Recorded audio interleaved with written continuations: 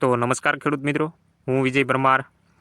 તો આજે આપણે થોડીક દેશી દવાની વાત કરવાના છીએ કે જે ખેડૂત મિત્રોએ કોઈ બી પાકનું વાવેતર કરેલું હોય તેમાં ઈયળનો પ્રશ્ન હોય તો ખૂબ વધારે ઈયળના પ્રશ્ન હોય અને કોઈ પણ દવાથી કંટ્રોલ ના થતું હોય તો આજે આપણે એના વિશે વાત કરવાના છીએ. આ તમને જે વિડીયોમાં દેખાય એ અમારે અહીંયા દાંડલીઓ થોર કહેવાય.